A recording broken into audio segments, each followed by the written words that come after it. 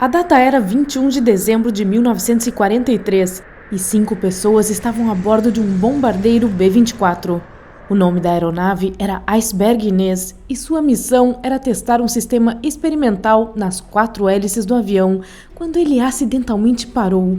O piloto do avião era Harold Hoskin, de 28 anos, e o copiloto era Leon Crane, de 23 anos. Eles estavam sobrevoando o rio Tanana, no Alasca, perto do Círculo Polar Ártico. Quando o avião parou, ele mergulhou para baixo como se estivesse em uma montanha russa.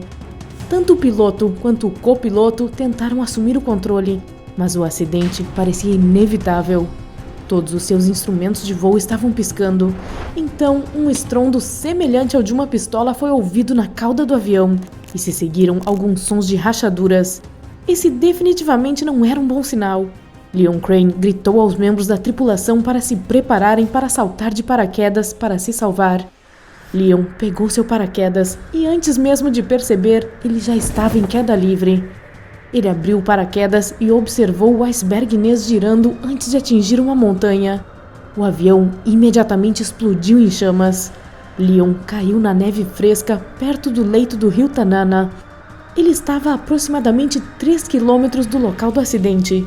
O avião estava carregado com combustível, então ele sabia que ficaria queimando por algum tempo. Isso significava boas e más notícias para o jovem. No lado positivo, se o fogo ardesse por muito tempo, significava que a equipe de resgate seria capaz de identificar sua localização facilmente. O lado negativo era que todos os suprimentos, incluindo luvas, sacos de dormir e equipamentos, estariam sendo queimados. Quando aterrissou, ele repetidamente gritou na tentativa de localizar seus colegas de tripulação, mas não teve sorte. Ele tentou ouvir qualquer sinal ou som deles, mas não obteve resposta.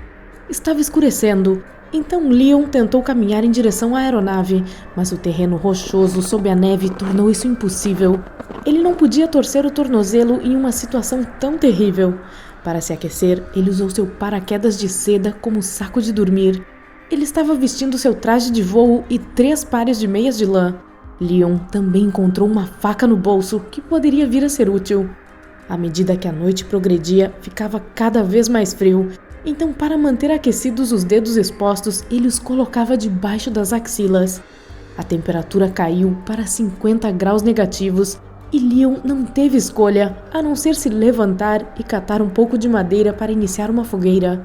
Ele achou seus fósforos, mas suas mãos estavam lutando para acendê-los. Para seu desespero, as chamas eram muito pequenas e não se espalhavam, não importa quantos fósforos desperdiçasse.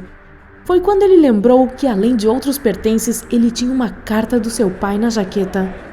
Não o julguem, pessoal, ele precisava sobreviver. Então, ele pegou a carta e a acendeu com um fósforo. O fogo finalmente começou a se espalhar para os outros galhos. A primeira coisa que ele fez foi aquecer as mãos e depois o resto do corpo.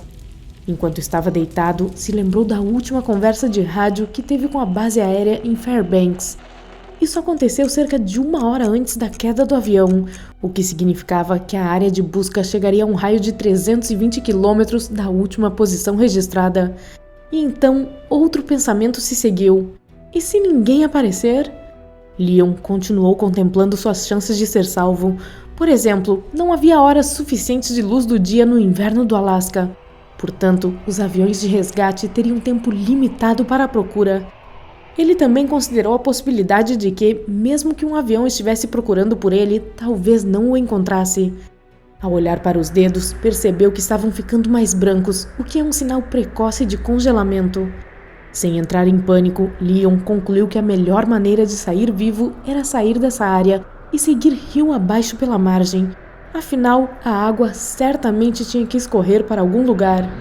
Antes de sair, ele gritou uma última vez para ver se havia algum sinal de seus amigos, mas ainda não obteve resposta.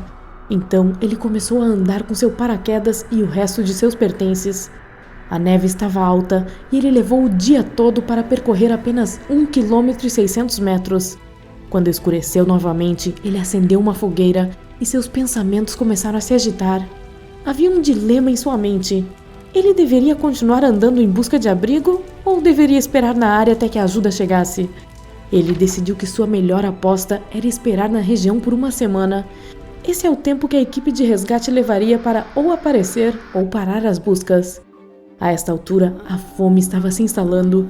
Seu estômago roncava constantemente.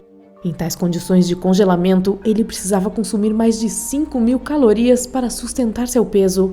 Ele até tentou caçar, mas essa não era sua especialidade. Então, ele se enrolou no paraquedas por 3 dias e só andava um pouco quando precisava de água. Afinal, quanto menos ele se movesse, mais energia economizaria. Leon estava perdendo a esperança, mas ele não foi esquecido.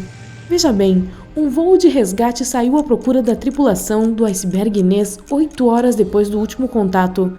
Em apenas 2 dias, foram feitas mais de 20 missões de busca e salvamento, mas todas sem obter resultados. Depois de um tempo, Leon percebeu que não podia ficar sentado e sentir pena de si mesmo. Então, 8 dias após o acidente, ele seguiu o rio. Era 29 de dezembro. A neve era tão alta que ele a empurrava com as pernas como uma pá humana. Ele andava o dia inteiro para percorrer apenas 90 metros. Então, no dia seguinte, ele mudou de planos novamente. Começou a andar sobre o rio congelado. Enquanto caminhava, Leon continuava dizendo a si mesmo que na próxima curva encontraria uma cabana com fogo, comida quente e café. Isso o motivava. Mas havia outro problema. Ele não comia há dias, o que o deixava desorientado e sem conseguir pensar direito. Ele continuou andando no escuro, esforçando-se para continuar. E adivinhe só? A cabana aconchegante com a qual ele tanto sonhou apareceu à distância, meio coberta de neve. Foi o momento mais feliz que Leon teve em dias. Ele afastou a neve da frente e abriu a porta. Não havia ninguém lá. Ele viu uma cama no canto e uma mesa no centro. Na mesa, encontrou sacos de estopa cheios de guloseimas. Tirou a faca e começou a abrir os sacos. Havia cacau em pó para fazer uma deliciosa xícara de chocolate quente, leite em pó e uvas passas. Ele começou a comer imediatamente. Depois disso, ele fez o que qualquer pessoa sensata faria nessa situação: uma deliciosa xícara de chocolate quente para depois ir para a cama. Quando acordou, preparou a mesma coisa para o café da manhã e saiu. Leon acreditava que deveria haver uma vila por perto, então partiu. Antes de continuar, quem você acha que deixou a comida lá? Foi uma coincidência ou poderia ter sido a equipe de resgate? Deixe sua opinião nos comentários abaixo. Enquanto caminhava em busca de algum tipo de civilização, Leon percebeu que o rio congelado estava ficando mais estreito e levando a lugar algum. Eram apenas quilômetros e quilômetros de neve.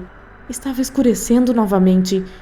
Ele não ia passar mais uma noite ao aberto, e então começou a voltar para a cabana recém-encontrada. Enquanto caminhava, ele se perdeu. Caminhou por muitas horas, desesperado para encontrar a casa aconchegante. A paisagem não era familiar, e como ele andava no gelo, não conseguiu encontrar suas pegadas para voltar. Mas finalmente, a cabana apareceu após 30 longas horas de procura. Leon precisava descansar um pouco. Ele tirou alguns momentos de folga e examinou a área em busca de novos alimentos e suprimentos. Felizmente, a alguns metros de distância da cabana, ele encontrou um abrigo de madeira cheio de comida, roupas, equipamento de caça e, o mais importante, luvas quentes. Ele usou todos os suprimentos para fazer da cabine um pequeno lar temporário para recuperar suas forças e se instalou. Quase 2 meses se passaram desde o acidente do avião, quando Leon decidiu que já tinha descansado o suficiente e que era hora de seguir em frente. Em 12 de fevereiro de 1944, ele se despediu da cabana salva-vidas e se afastou. Dessa vez, porém, ele foi mais esperto. Ele amarrou uma corda no peito para encontrar o caminho de volta, caso sua pesquisa não levasse a lugar algum. Enquanto caminhava sobre o rio, ocorreu um desastre. O gelo quebrou e ele caiu na água gelada. Ele conseguiu escapar usando a corda. Felizmente, a água alcançou apenas abaixo da sua cintura e seus fósforos não molharam. Então ele foi para a margem e começou um fogo para se aquecer e secar suas roupas. No dia seguinte, ele continuou sua viagem e uma agradável surpresa aconteceu. Ele encontrou uma segunda cabana aconchegante. Esta também estava vazia, mas pelo menos ele poderia se aquecer por um tempo. Os dias se passaram enquanto ele continuava caminhando pela natureza. Em 10 de março, ele se deparou com uma trilha e a seguiu.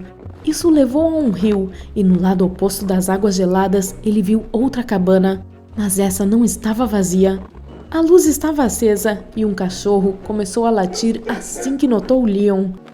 Havia um homem na cabana e ele acolheu Leon. Foi a primeira vez que ele se deparou com uma pessoa em 81 dias. Já fazia um bom tempo que ele não se sentia tão feliz. O homem lhe deu algumas roupas e comida e depois o levou para Woodchopper. Uma aeronave do correio o pegou e o levou para Leadfield. Lá, ele conheceu uma enfermeira pela qual se apaixonou. Eles se casaram e tiveram 6 filhos. Após o incidente, ele trabalhou como engenheiro aeronáutico e depois como construtor. Ele nunca falou muito sobre sua experiência angustiante no deserto do Alasca, mas sua vida foi repleta de felicidade a partir de então. Ei, se você aprendeu algo novo hoje, curta o vídeo e compartilhe-o com um amigo. E aqui estão alguns outros vídeos legais de que eu acho que você vai gostar. Basta clicar à esquerda ou à direita e permanecer no lado incrível da vida.